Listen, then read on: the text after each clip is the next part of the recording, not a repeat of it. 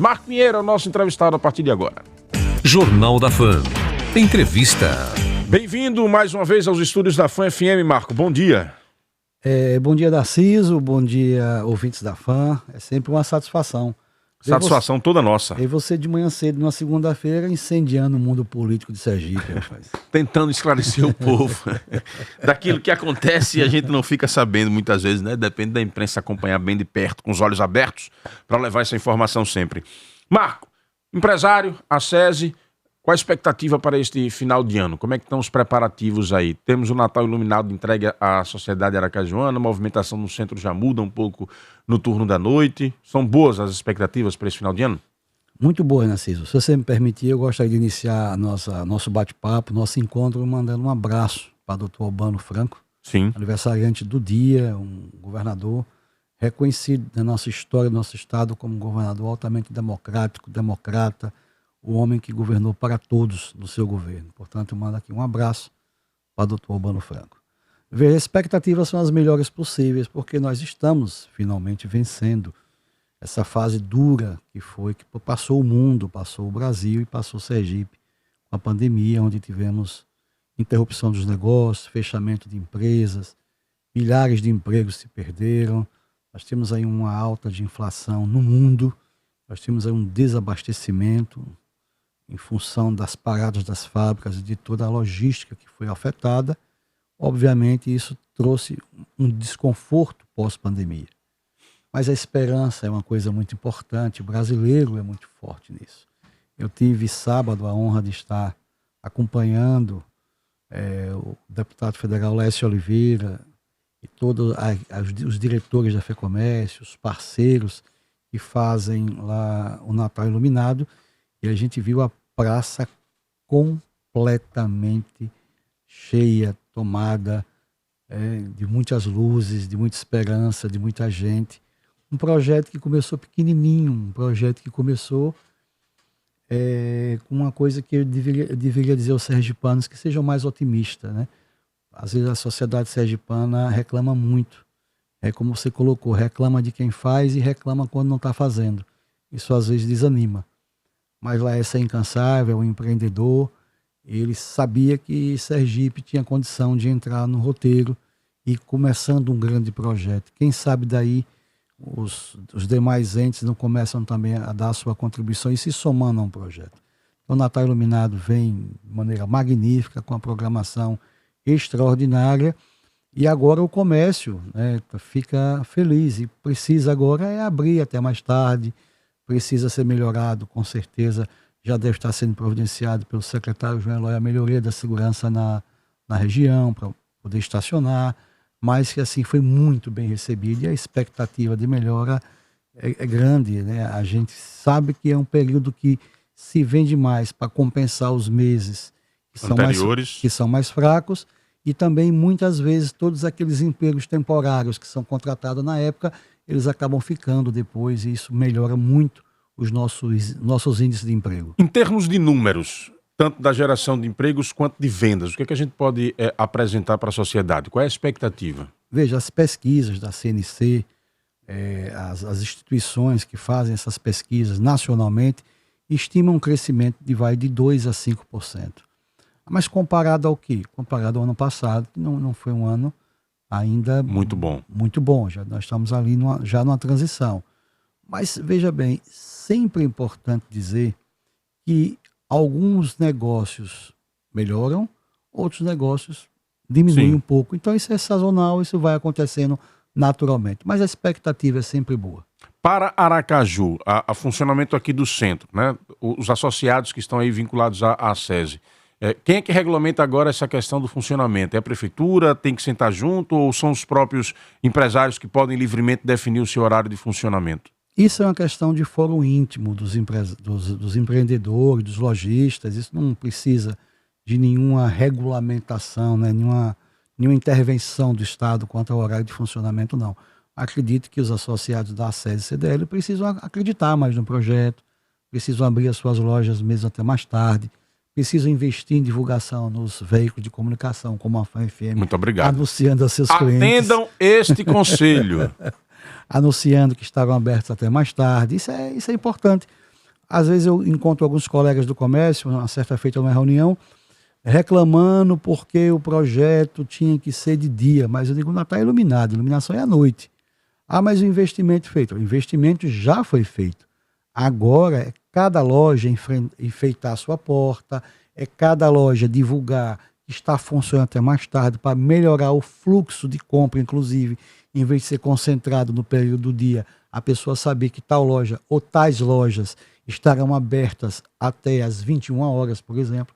Eu acho que seria muito bom que puxa se as âncoras, as lojas âncoras do centro, a C&A, a Riachuelo, né, as Americanas, essas lojas abrindo até umas 21 horas, isso puxa o comércio menor e aí você tem ali um fluxo grande A SESI tem atuado para dialogar com esses empresários, com esses empreendedores? Apesar de toda dificuldade, sim. Apesar de toda dificuldade, porque não é diferente, né? A SESI sofreu bastante com a pandemia, com o fechamento da sua porta e a paralisação das suas atividades presenciais, mas nós retomamos. Veja que nós fizemos no ano anterior, nós ainda conseguimos fazer aquele sorteio do carro, no qual a FAM nos ajudou muito naquele projeto, juntamente com a FEComércio, com o Sebrae, o Sicredi, Banesicard. Esse ano não foi possível, a gente concentrou esforço no Natal Luz, mas para o ano a gente retoma com essa atividade. A expectativa é muito boa nesse sentido. Meu caro Marco Pinheiro, falando em ACESI, que balanço você faz das atividades realizadas pela instituição durante este ano? Você já deu uma pintada aí, foi impactada ainda pela pandemia, muitas atividades foram realizadas de forma online, mas a instituição cumpriu o seu papel ao longo de 2021? Veja, eu me sinto na obrigação de dizer que nós cumprimos o nosso papel dentro do que foi possível. Quem é a composição da SESI? A Associação Comercial, Narciso, ela é composta 90% de micro e pequenos empreendedores.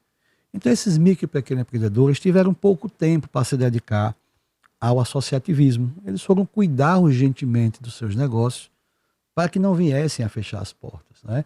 A Associação Comercial tinha algumas ações centrais, como o projeto Tô no Centro.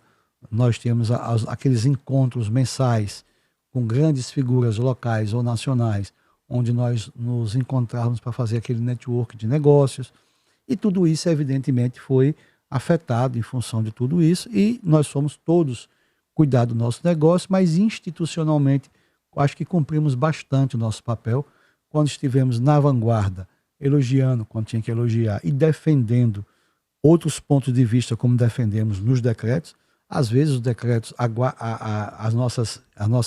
nossos reclames agrada ou desagrada o governante de plantão, mas eu tive a oportunidade de dizer numa reunião, não só ao prefeito Edivaldo Nogueira, como ao nosso governador Belivaldo Chagas: olha, eu sou o porta-voz dos reclames da entidade. Isso não é opinião pessoal minha.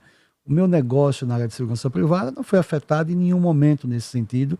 Somos instituição, prestação de serviço de primeira necessidade, né, classificado como essencial. Mas os demais não. Portanto, nós somos porta-voz das demandas e em alguns momentos todos sabemos que o Fique em Casa não deu certo nem no Brasil, nem no mundo. Isso é um ponto de vista que eu continuarei defendendo. Nós estamos aí vendo alta de preços no mundo. Tem detalhes operacionais que o governante não domina na cadeia produtiva. Por exemplo, uma fornalha daquela de cimento precisa de 6 meses para religar. Quando você desliga uma cimenteira daquela, é preciso fazer uma troca de equipamento completa e demora até 6 meses para ela voltar a produzir.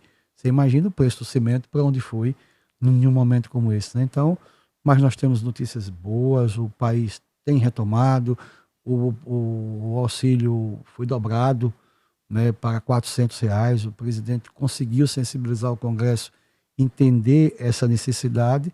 Eu sou muito otimista no sentido de que não tenho dúvidas que 2022 será um ano da virada, o ano da mudança, e um ano em que nós vamos retomar todo o crescimento, e não só o crescimento, mas principalmente nós vamos diminuir o desemprego e vamos atuar maciçamente na formalização das pessoas. Eu acho que tem que se preocupar com isso. A gente viu milhares de pessoas que não estavam nos programas sociais, mas não estavam buscando emprego, e essas pessoas existem, elas não sobrevivem dos programas sociais, nem elas estão empregadas em nenhum lugar, e é esse o foco que a gente tem que ter nessa camada para que a gente melhore a prosperidade em nosso estado e nosso país. Estou muito otimista. Falando no centro da cidade, o debate de revitalização do centro, de um novo projeto ali, está sempre em pauta. Mas o que é que avançou nesse primeiro ano de gestão aí após Edivaldo Nogueira reeleito?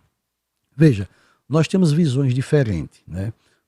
O prefeito Edivaldo Nogueira é um administrador público, já testado e retestado pela sociedade sergipana, e eu sou um empreendedor, empresário, empregador e pagador de impostos. É natural que nós tenhamos visões diferentes, não quer dizer que a dele está errada nem que a minha está certa. Eu diria que o processo de revitalização do centro comercial começa, por exemplo, não retirando repartições públicas do centro comercial. Veja o que fez a Federação do Comércio e o presidente Clécio Oliveira.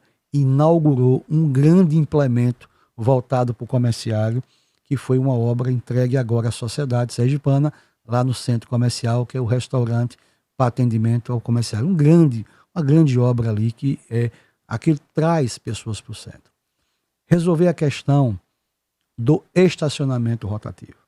Está mais do que comprovado que esse estacionamento rotativo, da forma que está aí, ele não resolve o problema de estacionamento no centro. Políticas fiscais. Toda vez que você fala em políticas fiscais, o governante se arrepia porque representa renúncia de receita. Mas olha, se o centro comercial, que tem a maior alíquota de IPTU, é a mais cara com o imóvel mais desvalorizado. Mas por que isso? É uma maldade? Não, é que é o mais antigo e sofreu todos os reajustes. Portanto, é o IPTU mais caro. Essa é a realidade. Então, no nosso entender, tinham que ter duas políticas claras. Primeiro, para o setor produtivo, para as lojas e os negócios, uma diminuição progressiva do IPTU como incentivo à revitalização das fachadas. Ou seja, você vai tirar aquelas placas enormes, vai tirar aquela coisa que enfeiura o centro comercial e você vai fazer como São Paulo, Curitiba e outras capitais, que foi o próprio comerciante que revitalizou a sua fachada, e nós temos uma arquitetura ali no nosso centro comercial antigo. Muito bonita. Muito bonita. Isso era uma ação.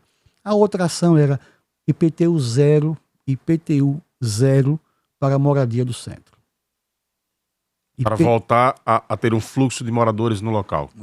Hoje a gente tem o inverso. Hoje você tem o inverso. O lugar que já tem saneamento básico, o lugar que já tem energia e toda a infraestrutura, tem escolas, tem tudo, está desabitado. Então você criaria um programa voltado para a habitação naquela área. Você acha que esses tipos de iniciativas teriam compensações com essas renúncias? Eu acredito que tem compensação, porque veja, você tem hoje prédios ali abandonados, prédios em ruína, você tem uma situação ali muito degradante. Você teria agora... Além daqueles que estão fechados por causa da crise. Exatamente. Então você teria esses incentivos. Esses incentivos seriam compensatórios, porque quando eu aumento as vendas, eu aumento a arrecadação, portanto, eu aumento, de uma maneira geral, toda a arrecadação. O prefeito está inaugurando aí um projeto, que está em andamento, de luzes, de revitalização das luzes.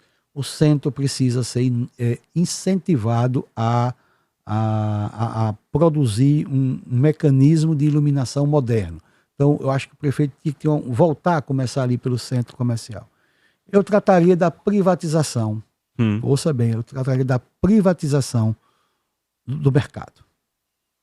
Entregaria essa privatização para ser revitalizado o mercado, entregaria a gestão daquele bem público à iniciativa privada. Uma iniciativa público-privada ou privatização mesmo? Não, uma PPP. Uma PPP. Uma PPP. Para revitalizar ele todo e, com aquilo que a prefeitura já arrecada, a empresa repor aquilo que foi investido. Repor aquilo que foi investido. Você veja uma coisa que eu dei lá na campanha para prefeito, discutindo as questões municipais, eu disse que eu resolveria a questão dos ambulantes naquela área dedicada à festa que fica ali ociosa o tempo inteiro. Ociosa o tempo inteiro, aquela praça que fica entre os dois mercados. Sim. Ali nós faríamos uma estrutura de shopping popular. Pegaríamos todos os ambulantes que não fossem subcontratados de quem tem loja, porque essa história do ambulante ela é um pouco complicada. Sim. Tem muito ambulante, entre aspas, que nada mais é do que um revendedor de um pequeno lojista que tem lá o seu comércio.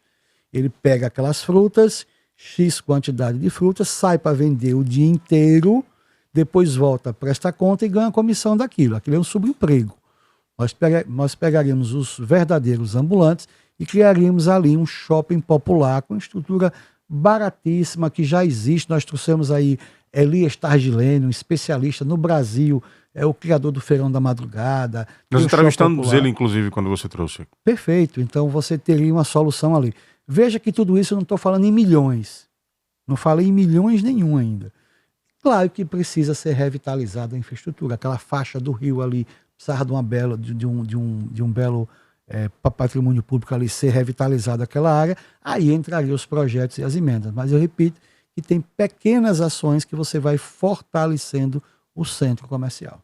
Estamos entrevistando o empresário Marco Pinheiro. Ele é presidente da ACESE e também é um líder na política. E vamos entrar já já neste assunto aqui no Jornal da Fama.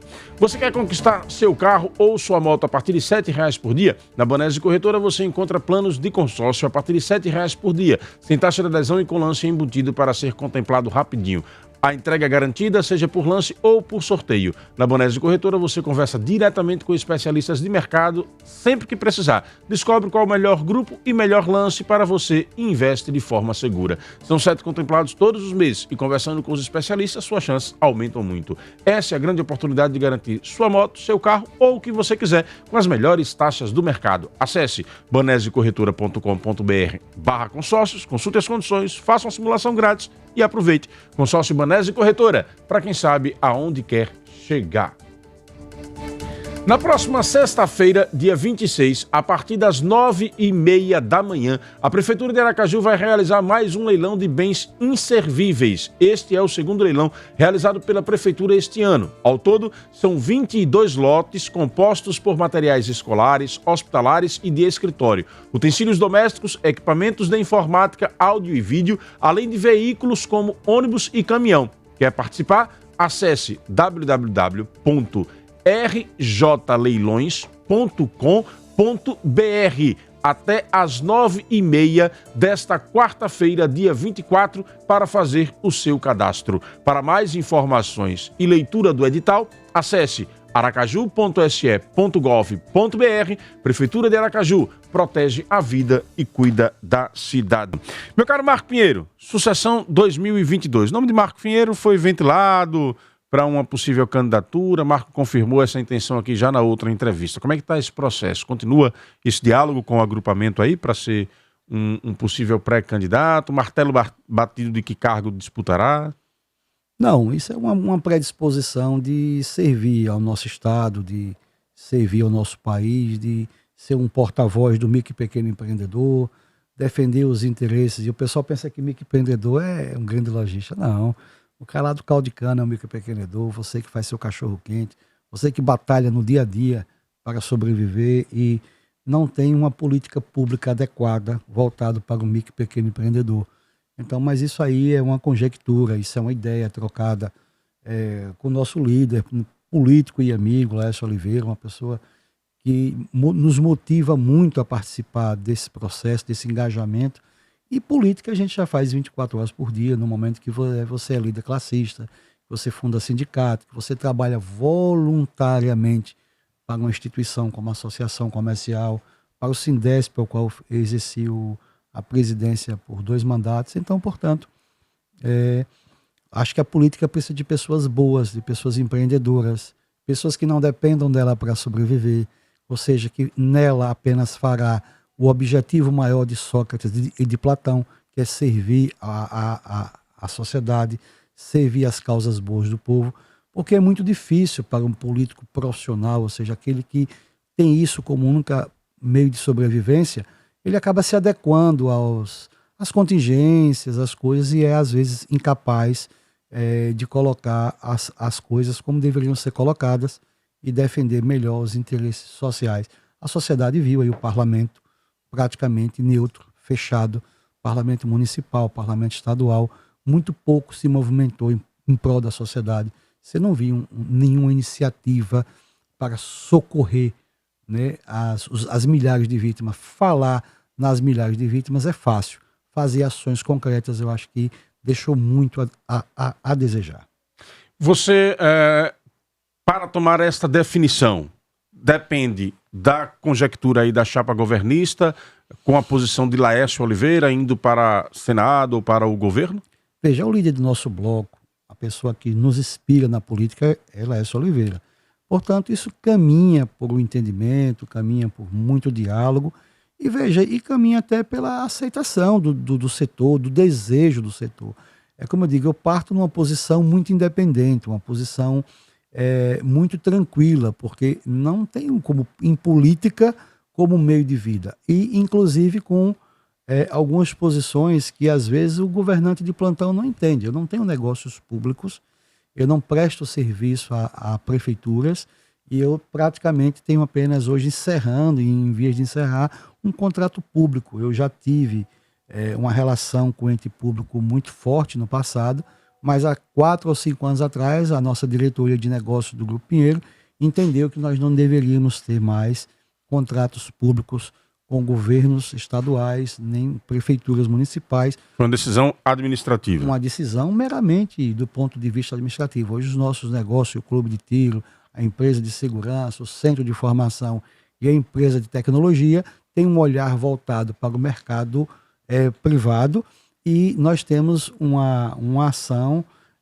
nos contratos federais, mas são contratos que eles têm muito pouca influência política, ou nenhuma. Para Marco Pinheiro, qual cargo Laércio Oliveira deveria disputar em 2022? Isso é uma opinião minha pessoal, repito, é uma opinião minha pessoal do empresário e do amigo. Acho que Laércio Oliveira representa, na sua idade, na sua maturidade e sua comprovação como gestor à frente da Federação do Comércio, o melhor candidato para o estado de Sergipe a governador. Como ele coloca a intenção de governo. Ele puxa os votos do centro e puxa os votos da direita. Veja, o prefeito Edivaldo Nogueira acabou de se reeleger prefeito. É estranho você acabar de se reeleger prefeito e se licenciar. Se fosse renunciar, eu acredito que nenhum prefeito se candidataria, né? Mas licenciar fica um pouco fácil. Deputado Fabio Tidielli, carinho especial para o deputado Fabio Tidielli, gosto muito dele, trabalha intensamente as bases, né, políticas, ele faz uma política próxima, uma política muito voltada para o cidadão, jovem, é um jovem político, acho que tem um futuro muito promissor e ele é um empresário que se dedica à causa política, até outro empresário também, embora ele não tenha muita aproximação com o setor produtivo, mas dialoga fácil. Eu acho que o governador Belivaldo Chagas, eu estava comentando com você. Sim, conversávamos aqui nos bastidores. Extremamente confortável. Tem 3 centroavantes excelentes, o prefeito Edivaldo Nogueira, pontualmente tem divergências, mas lá somos colegas da faculdade. Eu acho que ele faz uma administração muito boa para Aracaju. Temos pontos, como eu coloquei da Revitalização do Centro, mas isso é nada que não seja extremamente conciliatório e salutar. O governador Belivaldo Chagas, que passará para a história como o governador que organizou as contas públicas, que todos sabem das últimas gestões antes do governador, como era ser prestador de serviço, como era ser servidor público, né? O que foi que aconteceu durante esses períodos que antecederam Belivaldo Chagas, e ele, de fato, ele organizou as contas públicas, ele já melhorou a classificação do estado de Sergipe a nível de classificação bancária, Tesouro contábil, Nacional. Tesouro Nacional. Tem empreendido obras, isso é importante, tem resgatado obras estruturantes bastante importante. É um líder austero, né? E eu acredito que na hora certa ele vai tomar essa decisão. Eu acho por isso que ele está bem confortável. Ele tem 3 excelentes parlamentares, excelentes políticos, com as turbinas ligadas, né? Portanto, eu acredito que o governador Belivaldo Chagas não veja uma oposição forte em Sergipe capaz de enfrentar esse agrupamento, Não há de se atribuir o senador Rogério Carvalho, que é arrojado, como oposição. O PT, desde a composição lá atrás do governador Marcelo Deda, que compõe as bases de governo. Portanto... Você acha difícil que o Rogério consiga se firmar como liderança de oposição? Acho que é difícil, né? A sociedade, por exemplo, recentemente não deu uma boa votação ao senador Eduardo Amorim quando se candidatou ao governo, porque fica difícil para a sociedade entender. Vocês estiveram juntos a vida inteira e agora vocês são oposição, entende? Não combina, né? Eu acho que quem surge aí como oposição coerente, madura, conciliadora, tem observado os movimentos, é a delegada Daniela Garcia. E o senador Alessandro? O senador Alessandro... Por que essa respirada fundo? É porque, veja bem, isso é uma opinião muito pessoal, entendeu? Eu acho que ele não tem correspondido à expectativa dos seus eleitores, não tem feito política, não tem ouvido muito pouco ou quase ninguém. Eu acho que não se consolidou até o presente momento como oposição. Eu acho que a delegada Daniela Garcia ouve mais, dialoga mais, conversa mais e corresponde mais às expectativas. Na minha atividade de segurança privada, atividade ao qual eu ajudei e trabalhei para eleger o senador Alessandro, na atividade dos clubes nacionalmente de tiro esportivo, o delegado Alessandro se tornou persona não grata de todos esses milhares de atiradores do Brasil. Ele é considerado por Marcos Paulon, que é um estudioso do ramo e é do ProArmas, como o adversário número 1 dos atiradores brasileiros. Portanto, não sou eu que estou dizendo, são as redes sociais, são as críticas da sociedade. Se você chegar de canto a canto, não tem. E nós temos um político importante, que o cenário de Sergipe, político, não deve, em hipótese alguma, abandonar, que é o ex-deputado federal André Moura. É um talento, é um jovem político que tem a veia da política no sangue, e é um jovem que conseguiu se enfronhar na nata da política nacional. Eu acho que Sergipe não pode ficar sem André Moura, ou para deputado federal, né, ou para senador, na chapa majoritária. Ou na chapa majoritária. Meu caro Marco Pinheiro, muito obrigado por sua participação aqui no Jornal da Fama, por essa entrevista. Uma boa semana. Até a próxima.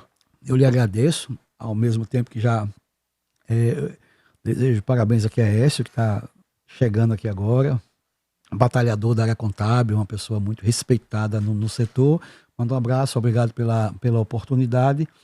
E em tempos, quero dizer a você que você amanheceu segunda-feira agitando os bastidores da política sergipana. Forte abraço, muito obrigado. Obrigado, Marco Pinheiro, pela sua participação.